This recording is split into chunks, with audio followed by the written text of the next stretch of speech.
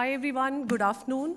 I'm Arthy, I'm part of Salesforce and I'm part of the digital experience team and very, very excited to be here. I just want to thank all of you for taking out the time to attend this session. Also want to thank all the customers out there for their business and of course inspiring us to do more and innovate, which is why in the past 20 years, we've managed to build a huge portfolio of products beyond just sales and service. So if you've heard of Salesforce, we've got solutions around e-commerce, loyalty, data, and AI, right? So very excited to be here. Before I get started, just a safe harbor statement. Like I said, we are pretty robust on our innovation.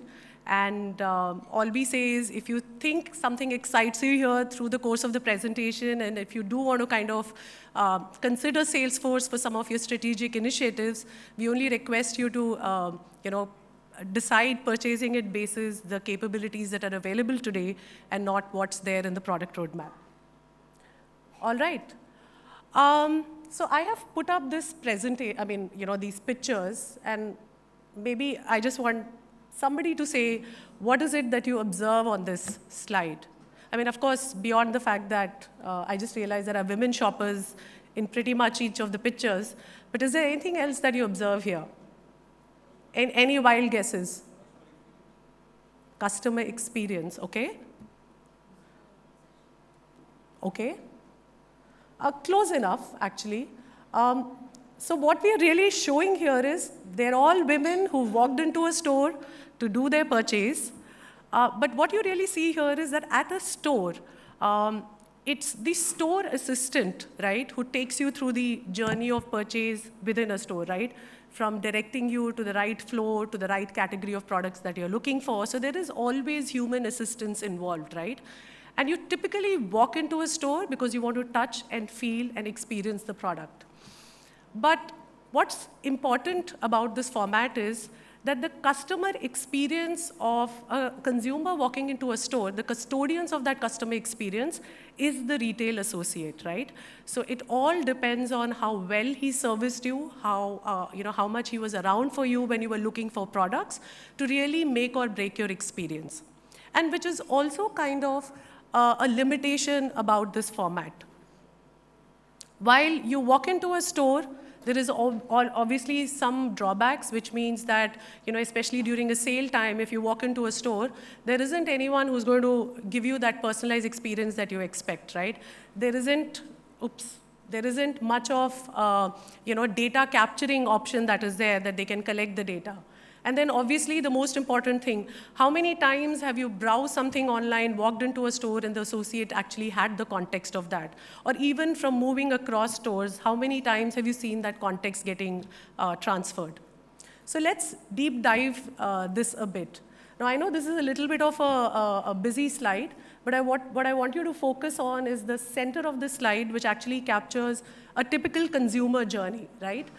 Which is, you think about buying a product, you do your bit of research, you try it out, and then you go ahead and purchase it. On the top, what I've tried to capture is a typical store experience that we just spoke about, right?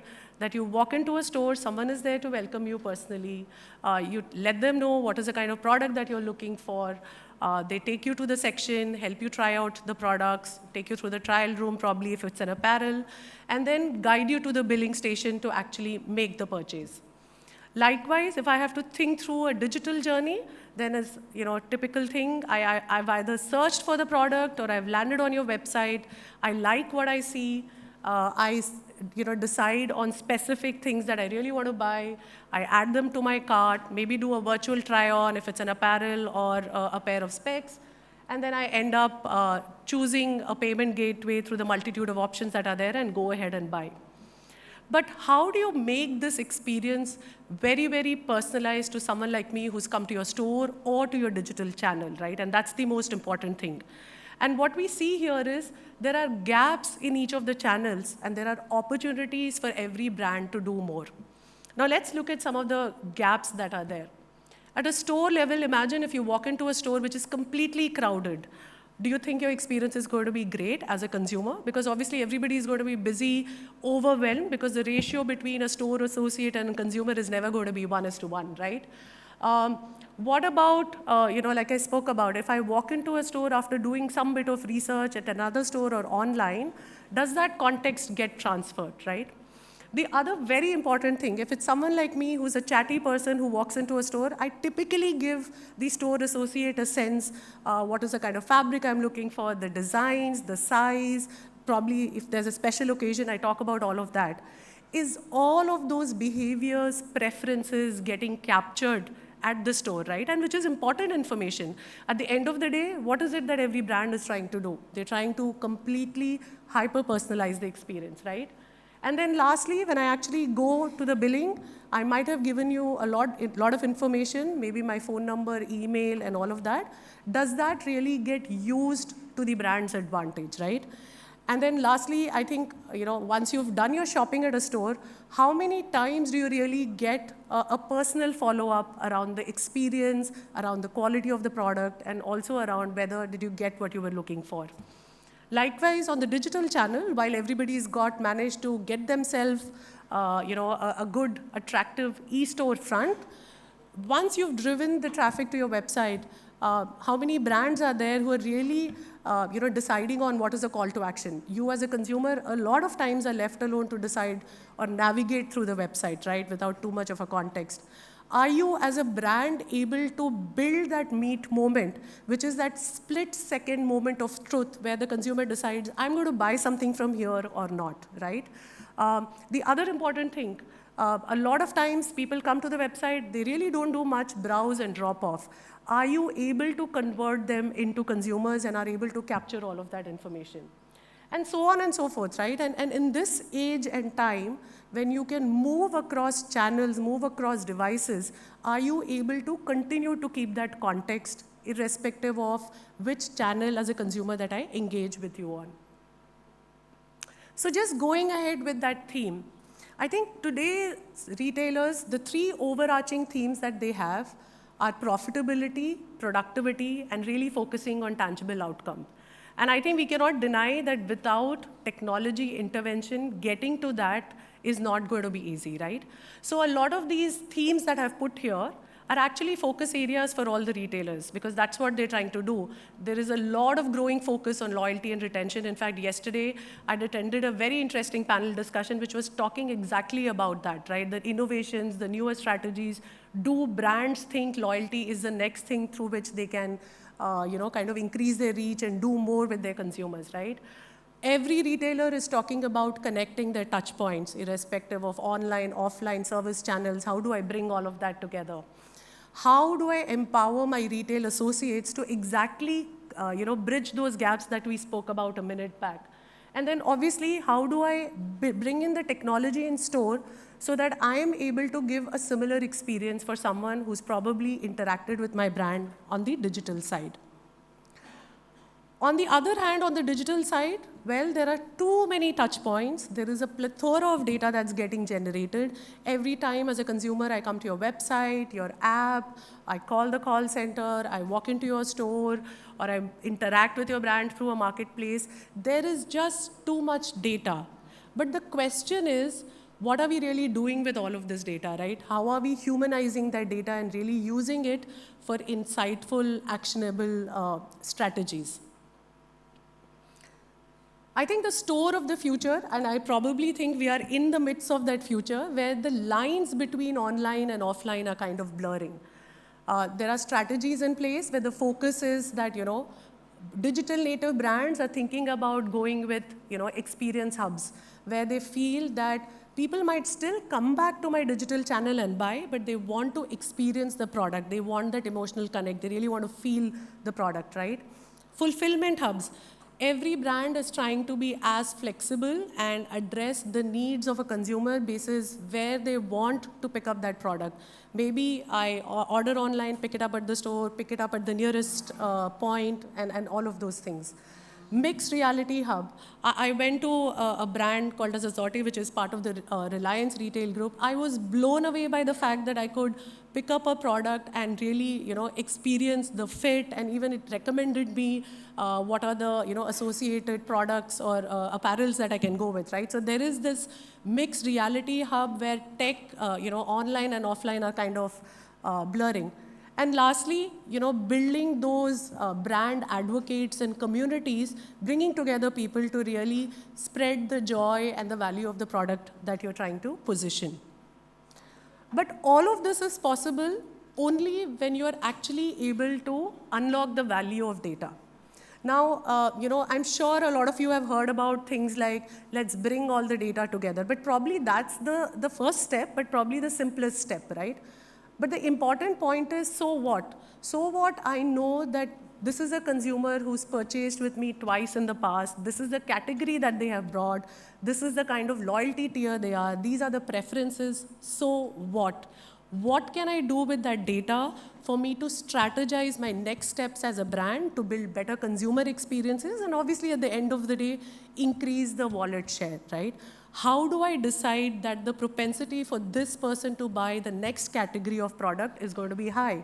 How do I predict that this consumer is slipping down in terms of engagement and is probably going to churn very soon? How do I assume that this is the right channel through which I should engage with this consumer? And that is the kind of insights that we expect the whole data, single source of truth that we keep talking about to really add value to. Unfortunately, while a lot of brands have been successful in bringing the data together, the use of it has been very, very tactical, right? So you have everything about me. You know what I buy, you know what I eat, but I still get an SMS that this is your point and happy birthday, and there's nothing more, right? As consumers, we are expecting a lot more from brands. So the idea was just to show that that's really happening today. So what does it take to digitize the human and humanize the digital, right? I think there are three broad pillars, and I know all of you are aware of it, but I want to just reiterate that data is the foundation of everything. And like I said, just consolidation of data is not the solution or end of it all, right? Consolidation of data and making it actionable is the key part. And the AI part, everybody's on the generative AI bandwagon. It will be only as good as the data that you have today, right? So how do you get an AI capability, an inbuilt AI capability, which is actually able to predict and analyze that data for you to really do smarter decisions as a marketer to do what you're trying to do with your brand? And then obviously at the end of it, while you have the data, you have the insights, how do you build those personalized moments at scale at all of the touch points that you're connecting with your consumers on? So for that, I think you definitely need a technology platform which can exactly do that. And we at Salesforce have those capabilities. So what you're seeing on this slide is a compressed version of how we help a lot of brands make every moment count across their consumers' brand life cycle. It doesn't matter whether you're trying to acquire a new consumer, doesn't matter whether you're trying to engage with them, or even trying to retain them. Like I said, the foundation are the three pillars. What is your data strategy? How are you going to bring in that data, harmonize it, and unify it to your advantage? What is going to be your AI strategy? How do you collect, analyze, and generate outputs that's really going to get you where you want to be? And then eventually, what is your enrichment and activation strategy to really personalize that experience? So if you look at this slide, there are three blocks, right? The first one being the connect, harmonize, and unify data. The most important part that I want to call out here is we are talking about data of consumers before they actually even become your consumers, right? So we're talking about anonymous data, someone coming to your website or your app right from that point in time till they actually become a consumer. You start bringing in that data. You start bringing their identity data, which could be your phone number, your email. You could bring in their historical data. What is it that they have passed, browsed, or purchased from you as a brand? Real-time data, what are they looking at right now? Unstructured data, maybe they've given you a call on, at a call center, or they've shared some images. And even business data, right? How has your campaign strategy for this consumer been, right? Bringing all of this data and really building the operational consumer profile. And when we say operational consumer profile, what we're really talking about is the insightful data that makes sense for you to do everything on the extreme right. And imagine if all of this was paired with inbuilt Gen AI and predictive AI capabilities. As a marketer, imagine you're thinking about running a campaign, which means you need to write your campaign brief, you need to you need to identify who is your right audience to whom you want to run this campaign for. You want to write the most attractive subject line so that whenever someone sees that campaign, the click-through rates are amazing, the copy, the body of the campaign, all of that is possible to be created in the most personalized manner with our generative AI capabilities, right? And then obviously right at the end, the activation of all of that data across the channel, which are natively integrated on the Salesforce platform. One of the important differentiators that I want to call out here is Salesforce's solutions are built for marketer. While we do work with IT teams, but we are more of a business-friendly solution, right? So the idea is that we want to empower the business teams and the marketing teams to do exactly this. We set you up for this, and then you should be able to execute all of these strategies with the click of a button without writing your SQL codes, including defining your audiences, which is like one of the biggest problems that we've typically seen with the consumers that we interact with, which is identifying audiences within the right amount of time. So I think I've heard the bell. I'm assuming it is for me. So let me just conclude.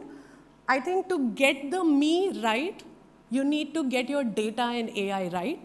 And only then you'll be able to build those priceless moments that all of you are striving to do. So if you would like to know more how we do it, please do walk into our Salesforce booth and we'd be happy to assist you. Thank you so much.